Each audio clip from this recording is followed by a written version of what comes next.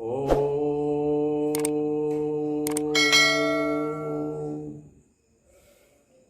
जयंती मंगला काली भद्रकाली कपालिनी दुर्गा क्षमा शिवा धात्री स्वाहा सुधा नमस्तुते। सर्वमंगल मांगल्ये शिवे सर्वार्थ साधिके शरण्ये त्र्यंबके गौरी नारायणी नमस्तुते।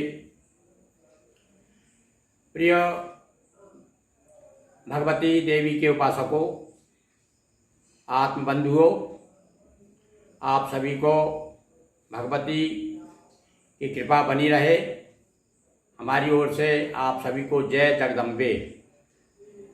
आज हम आपके सामने भगवती दुर्गा के विषय में, उपासना पर्व आ रहा है उनका, उस विषय में थोड़ी चर्चा करेंगे। वैसे तो आप हमें नित्य प्रति सुन रहे हैं, देवी भागवत पुराण भी हमने पहले सुनाया और वर्तमान में श्रीमद् भागवत पुराण की कथाएं आप सुन रहे हैं। शिव पुराण भी आपने सुना, नर्मदा पुराण सुना, विष्णु पुराण सुना, गणेश पुराण सुना और बीच बीच में जो भी पर्व त्यौहार आते हैं उनकी चर्चा भी आपके सामने करते हैं। कुछ प्रेमी सज्जन कुछ टिप्पणी भी करते हैं, पूछते भी हैं भाई जो आगे आने वाला पर्व है उसके विषय में थोड़ा कुछ बताएं। आज हम नवरात्र की चर्चा कर रहे हैं। अभी 7 अक्टूबर से 15 अक्टूबर तक भगवती दुर्गा का विशेष उपासना पर्व आ रहा है और आज हम आपको बताते हैं कि कलश स्थापना, विशेष रूप से मैया की पूजन में कलश स्थापना का बड़ा महत्व है। आज हम आपको बताएंगे कि कलश स्थापना का शुभ मुहूर्त क्या है। वैसे तो पूरा दिन ही, जब भी आपको समय मिले आप कर सकते हैं, पूरा दिन भगवती का है, पर फिर भी और भी शुभ मुहूर्त हमारा मन होता है कि और अच्छे समय, अच्छा मुहूर्त हो, उसमें हम भगवती का घट स्थापना करें। तो उसके लिए प्रातः 6 से लेकर 7:30 का बीच लाभ की चौघड़िया है। इस चौघड़िया में आप, वैसे तो कुछ विद्वान कहते हैं भाई चित्रा नक्षत्र है उस दिन और ठीक नहीं है, पर तो फिर क्या करें, तो इसके लिए फिर है अभिजित नक्षत्र। अभिजित नक्षत्र प्रातः 11:33 से लगभग 12:15 बजे तक रहता है। इस बीच में सबसे शुभ माना गया है। तो आप 7 बजे 7:30 के पहले कर लें अथवा अभिजित नक्षत्र में करें तो और अधिक श्रेष्ठ है।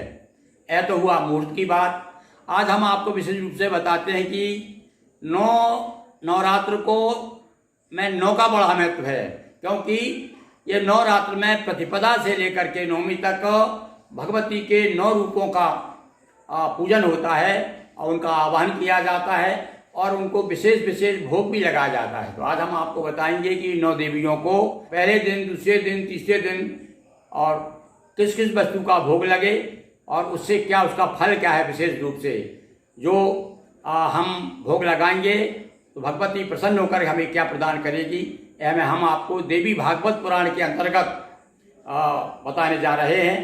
तो पहले तो देखें हमारी 9 देवियाँ कौन कौन सी हैं। प्रथमम शैलपुत्री चा, द्वितीयम ब्रह्मचारिणी, तृतीयम चंद्रघंटेति कुसुमांडेति, चतुर्थकम पंचमम स्कंद मातेति, षष्ठम कात्यायनीति च, सप्तमम कालरात्रीति महागौरीति चाष्टमम, नवम सिद्धदात्री च, नव दुर्गा प्रकीर्तिता, उक्तानेतानि नामानि ब्रह्मणेव महात्मना। ये 9 देवियाँ हैं। हमने 9 देवियों की एक अलग से आपको 9 दुर्गा चालीसा रूप में भी भगवती का स्मरण किया है और वह भी आपको एक वीडियो दिया है। तो ये तो 9 रूप हो गए।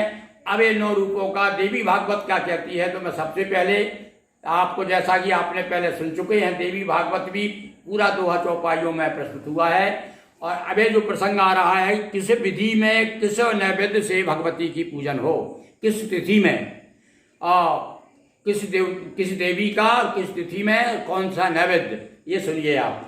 तो प्रतिपदा से हम चलते हैं। नारद पूछा विष्णु से पूजन विविध प्रकार, देवी को नैवेद्य क्या दें तिथि के अनुसार, कौन सी तिथि में और भगवती को कौन सा भोग लगाएं।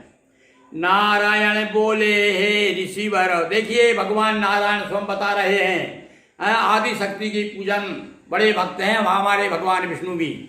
तो नारायण बोले हे ऋषिवर, गो घृत अर्पण प्रथमा तिथि पर, प्रथमा तिथि को गाय का घी अर्पित कीजिए भगवती को। अब क्या होगा उससे, गाय का घी के साथ साथ में भगवती का पहले षोडोपचार से पूजन करें, पूजन के बाद में फिर भोग लगता है भाई, तो षोडोपचार से पूजन, तो षोडोपचार कीजिए पूजन, रोग निवृत्ति हेतु आराधन। और समय खाना हमारे यहाँ सबसे मुख्य रूप से क्या है जीवन में, प्रथम पहला सुख निरोगी काया। तो सबसे पहले प्रथम दिन जो है भगवती को जो हम गोघृत चढ़ाएंगे तो उससे क्या होगा, रोग निवृत्ति होगी, या रोग शोक जितने भी हैं सब दूर कर देगी भगवती। और द्वितीया को, तो द्वितीया तिथि को चीनी अर्पण, दीर्घायु हित है यह पूजन। लंबी उम्र के लिए, लंबी उम्र की कामना के लिए भगवती को द्वितीया तिथि को दूज, जिसे हम कहते हैं अपने देसी भाषा में, भैया दूज कब है, तो दूज तिथि को जब भगवती की पूजन करें तब जो है हम पूजन करने के उपरांत चीनी अर्पण करें, चीनी का भोग लगाएं, उससे दीर्घायु मिलेगी। सभी दुखों का हो ये निवारण।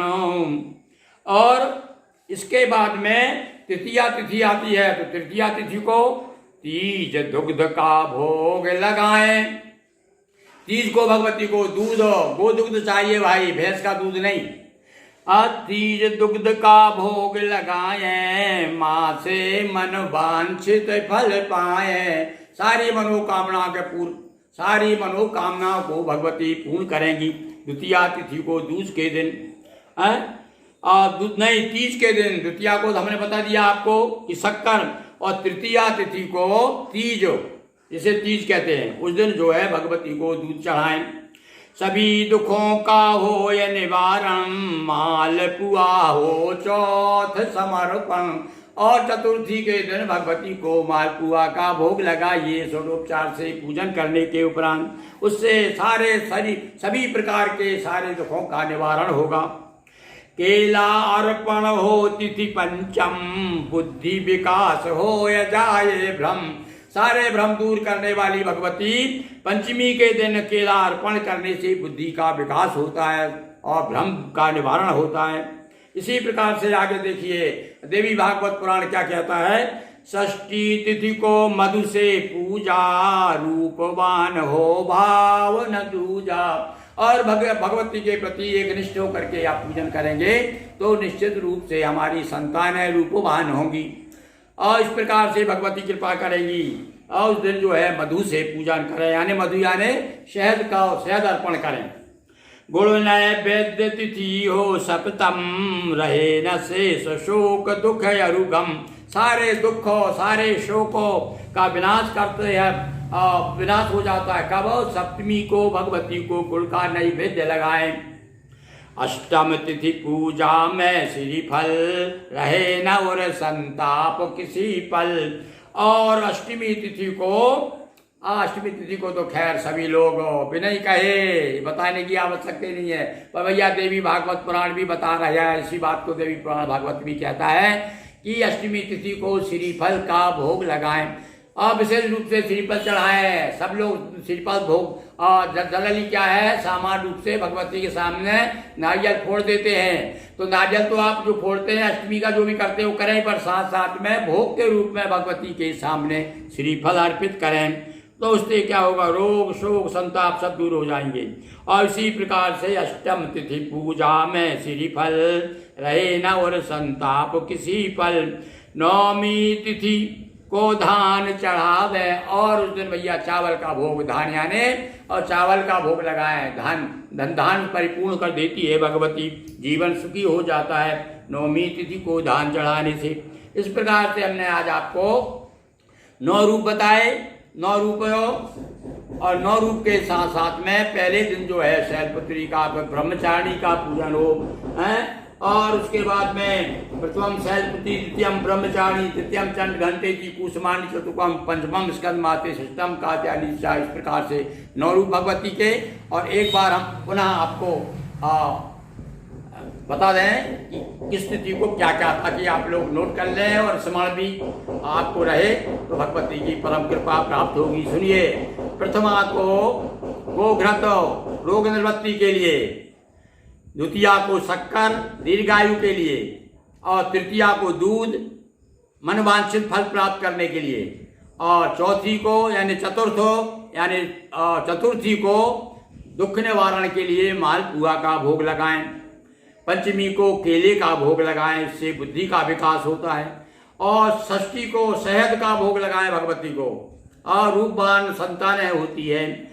और सप्तमी को गुड़ का भोग लगाएं, इससे रोग शोक दूर हो जाते हैं।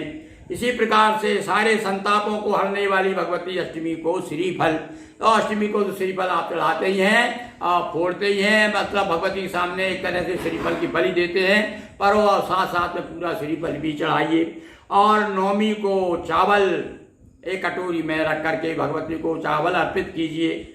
और इस प्रकार से अब बीच में कभी समय मिलेगा तो हम आपको पूर्णिमा तक के पूरे महीना भर कौन सी तिथि को भगवती को काय का भोग लगता है, ये पूरा जो है देवी भागवत में बताया गया है, ये आपको समय बताएंगे। अभी तो नवरात्रि आ रही है, भगवती की आप सच्चे मन से पूजन करिए, और इसके अनुसार जो मैंने बताया उसके अनुसार यदि आप करेंगे तो निश्चित भगवती की परम कृपा होगी। बोलिए अम्बे महारानी की जय। दोस्तों, वीडियो अच्छा लगे वीडियो को लाइक करें, वीडियो को शेयर करें, चैनल पर नए हो चैनल को सब्सक्राइब कर बेल आइकन प्रेस करें। बहुत बहुत धन्यवाद।